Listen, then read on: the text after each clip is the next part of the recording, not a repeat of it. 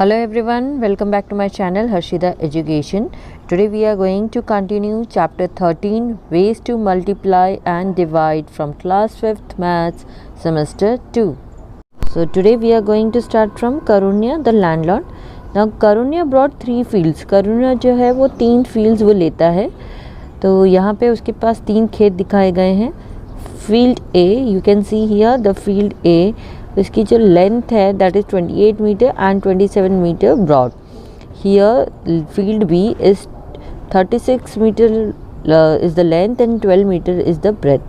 And in field C 27 metre is the length and 19 metre is the breadth. Now we have to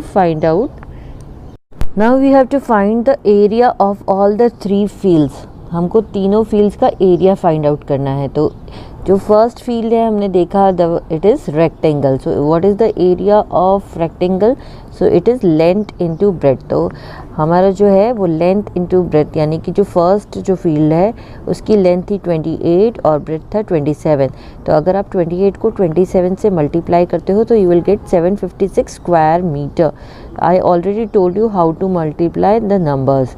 now field B, तो जो हमारा field B है वो भी rectangle है and the length and breadth are 36 and 12. So if we multiply will get 432 square metre. Field C, the length and breadth are 27 and 19. So 27 multiply 19, that is 513 square meter. Now he bought field A at the rate of rupees 95 for a square meter, field B at rupees 110 for a square meter and field C eight rupees 120 for a square metre. तो उसने क्या किया, करुण्या ने जो ए जो field है उसको 95 rupees में लिया 1 स्क्वायर मीटर. इसी तरह से बी जो है वो 110 में लिया और 120 में सीख लिया. तो हमें इसका फाइंड आउट करना है कॉस्ट. तो हम सबसे पहले कॉस्ट फाइंड आउट करेंगे. तो उसका क्या है फॉर्मूला, एरिया मल्टीप्लाई रेट.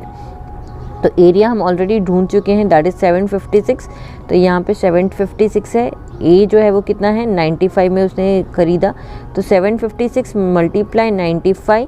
तो इसका जो टोटल आंसर आएगा वो आएगा 71,820. इसी तरह से जो बी है वो हमको मिला था 432 स्क्वायर मीटर. तो 432 multiply 110. So we will get 47,520. And the third one 513 square metre. तो उसको हम करेंगे 120 रुपीज़ से multiply. So will get 61,560. So if we add all the 3 we will get 180,900. okay, so this is the cost of all the 3 fields. ये total उसका cost हुआ. now Tulasi and her husband work on Karunya's farm. तो ये तुलसी है और ये और उसके हस्बैंड करुणा के फार्म पे काम करते हैं.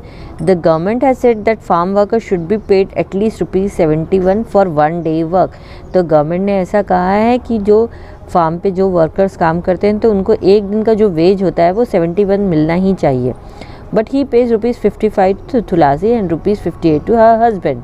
लेकिन जो करुण्या है वो क्या करता है, तुलसी को 55 रुपीज़ देता है और उसके हस्बैंड को 58 रुपीज़ दे रहा है. If the Tulsi works for 49 days, अगर तुलसी 49 डेज़ के लिए काम कर रही है, how much money does he get, तो उसको कितना रुपया मिलेगा. तो हमारे पास यहाँ 49 डेज़ है और हमको पता है कि तुलसी को कितना मिलता है, एक दिन का wage 55. So will multiply this 49 multiply 55. So we will get 2,695. If her husband works for 42 days, how much does he get? तो अगर उसके हस्बैंड 42 डेज़ के लिए काम कर रहे हैं तो उसको कितना मिलेगा. तो तुलसी के हस्बैंड को 58 जो है वो वेज मिलता है. तो 58 multiply 42, so that is 2,436. Now find the money they earn together. तो दोनों मिलके कितना कमा रहे हैं, तो हम दोनों का जो है उसको टोटल कर देंगे.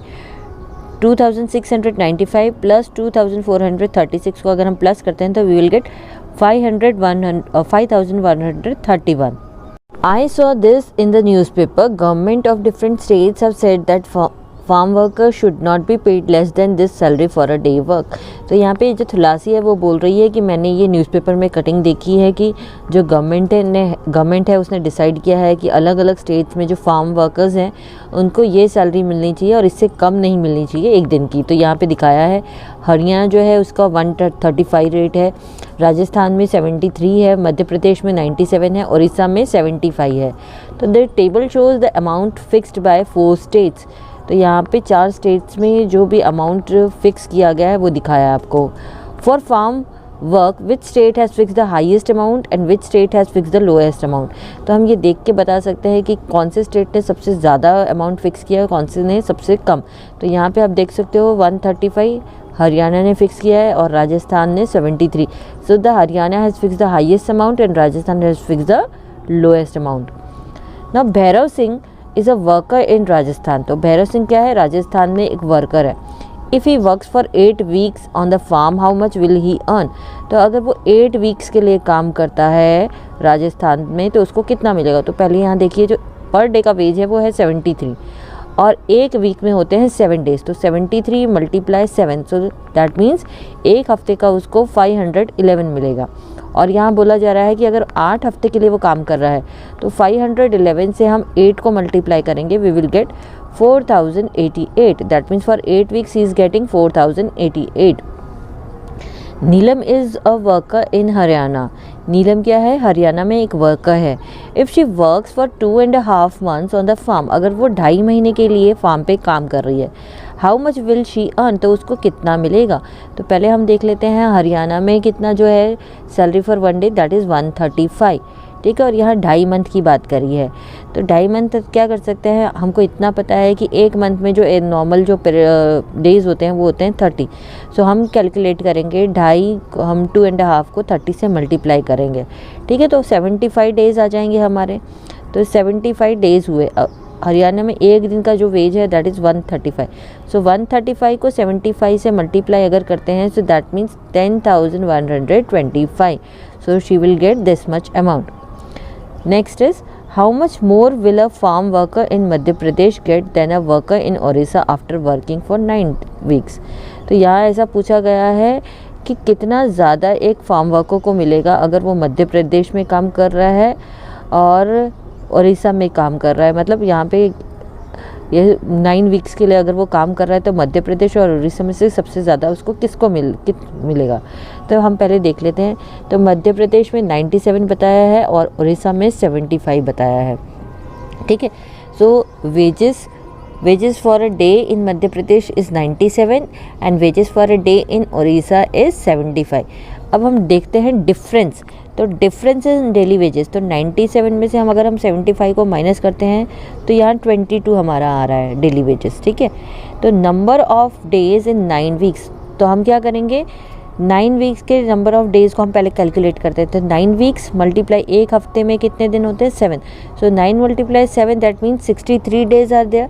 तो इस 63 को हम 22 से मल्टीप्लाई करते हैं। तो 63 × 22 दैट इज़ 1386।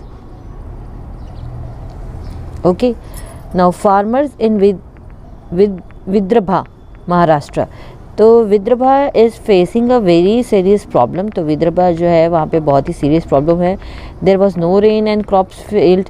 तो वहाँ पे ना तो बारिश है और जो क्रॉप्स हैं वो फेल हो रही हैं। मैनी फार्मर्स वे अनहैप्पी। काफ़ी जो फार्मर्स हैं वो नाखुश हैं इस बात से। Some farmers even ended their own lives. काफ़ी फार्मर्स ने तो कह सकते हो अपनी जो ज़िंदगी है उसको ख़त्म ही कर दिया क्योंकि उनके पास कोई ऑप्शन नहीं है।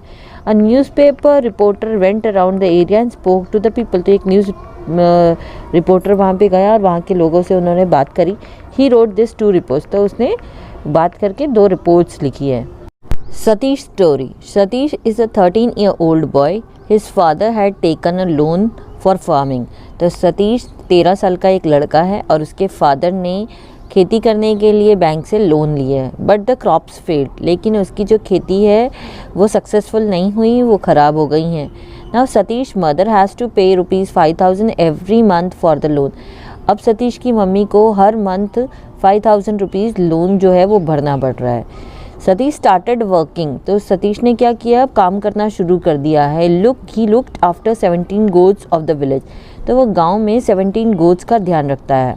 कि अर्न ₹1 एवरी डे फॉर 1 गोट, तो हर रोज़ उसे एक गोट का 1 रुपया मिलता है। तो how much will he earn in a month, तो अगर वो एक गोट का, उसके पास 17 गोट्स का वो ध्यान रख रहा है, एक गोट के पीछे उसे 1 रुपया मिलता है, दैट मीन्स 1 × 17 = 17 रुपीज़ उसे मिलेंगे एक दिन में। तो उसे एक मंथ में कितना मिलेगा, तो 17 × 30 that is ₹510 he will get. Does he earn enough to help pay the loan every month, तो क्या वो अपनी मम्मी को हेल्प कर सकता है जो हर मंथ।